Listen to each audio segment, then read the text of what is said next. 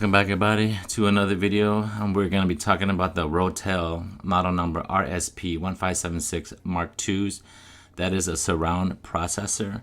And also in this video, I'm going to be talking about the previous model, which is the 1576 by Rotel, and not also sound processor, but just the previous one.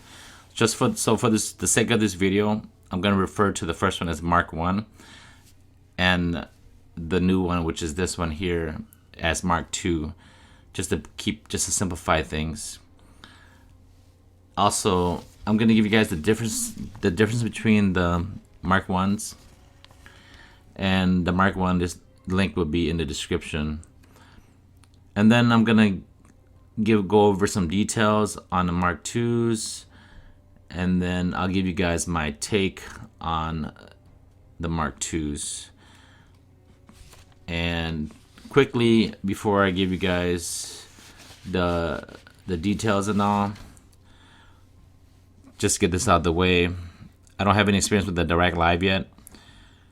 Currently at this time, I'm not going to be using that feature.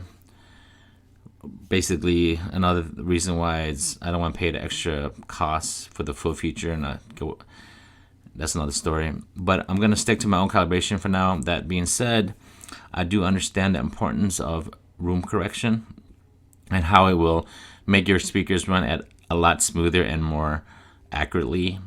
Direct Live and Arc Genesis are two of the best softwares to date.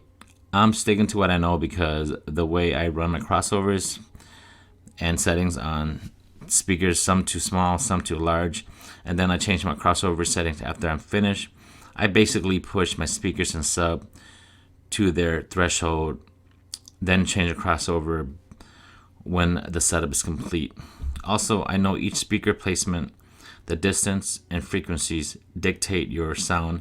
The slight change in decibels will change the way you interpret the sound production as a whole.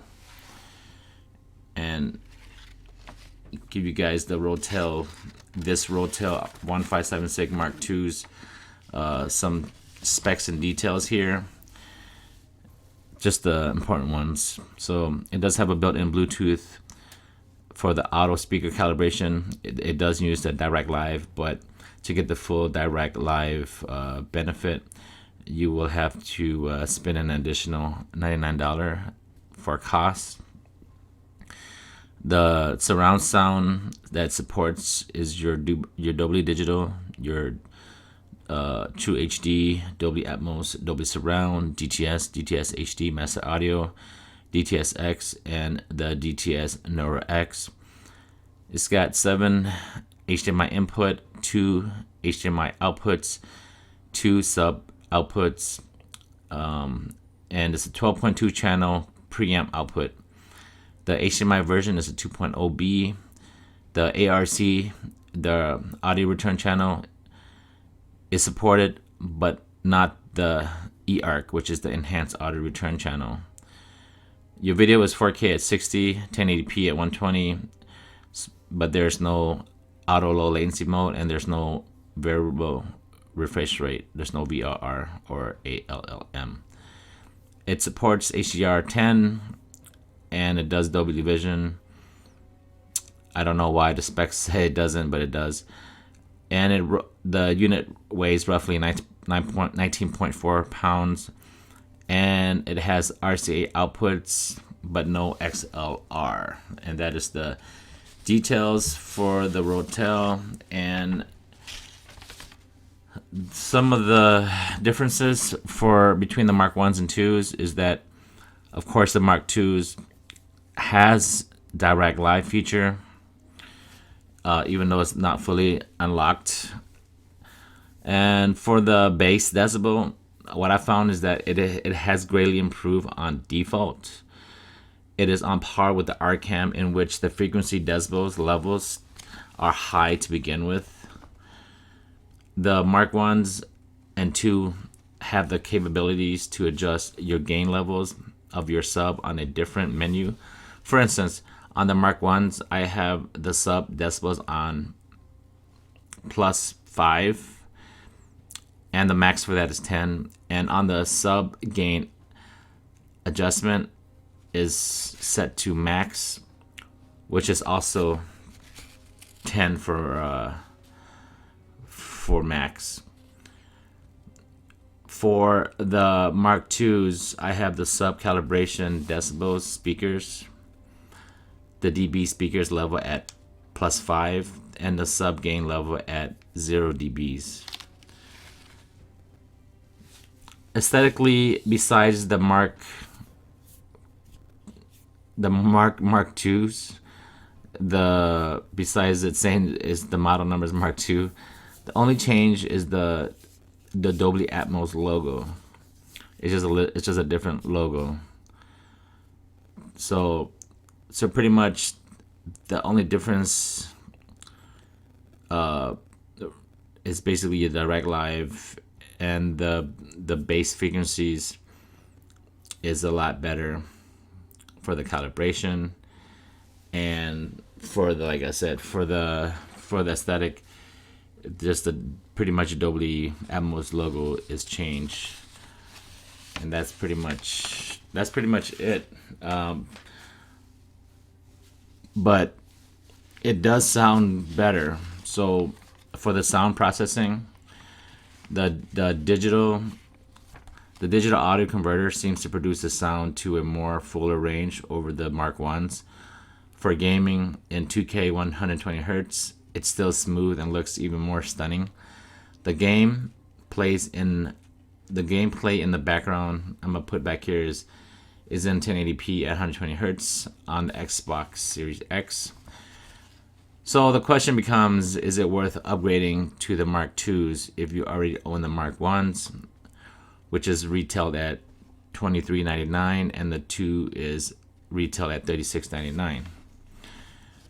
So in my opinion, it's not worth it to upgrade unless you want direct live and your Mark I's is malfunctioning. If you don't own the Mark I's and 1080p at 120 Hz is good enough for you to game on and to watch movies in 4K 60, this processor, the 1576 Mark IIs, is a great value if you were to compare that with other processors that actually cost more to get the same tier of sound processing performance that the Mark II provides. And I'm still happy and loving the Rotel RSP-1576 Mark IIs, which is in my living room, and the 1576 Mark I's is running in the tiny projector room. I'll give you guys my take on the Mark II's processor. I do love the way they look, and the build quality is top notch. The powerful performance the sound produces is on par with the Arcam brand, which I also love. A big fan of Arcam. Even though there's no XLR outputs, I still found value in the brand. I've done tests with RCAs versus the XLR outputs, and I find that there's not enough significant difference in sound quality. On paper it is, but not in actual real time. Also, the Mark IIs, as well as the first one, is actually a good gaming product. Streaming movies as well as playing movies off a disc or music listening is very enjoyable to the ears. It is a natural sounding processor. The Mark I's was more neutral. This Mark II's leans more towards the balance side, and I like balance more.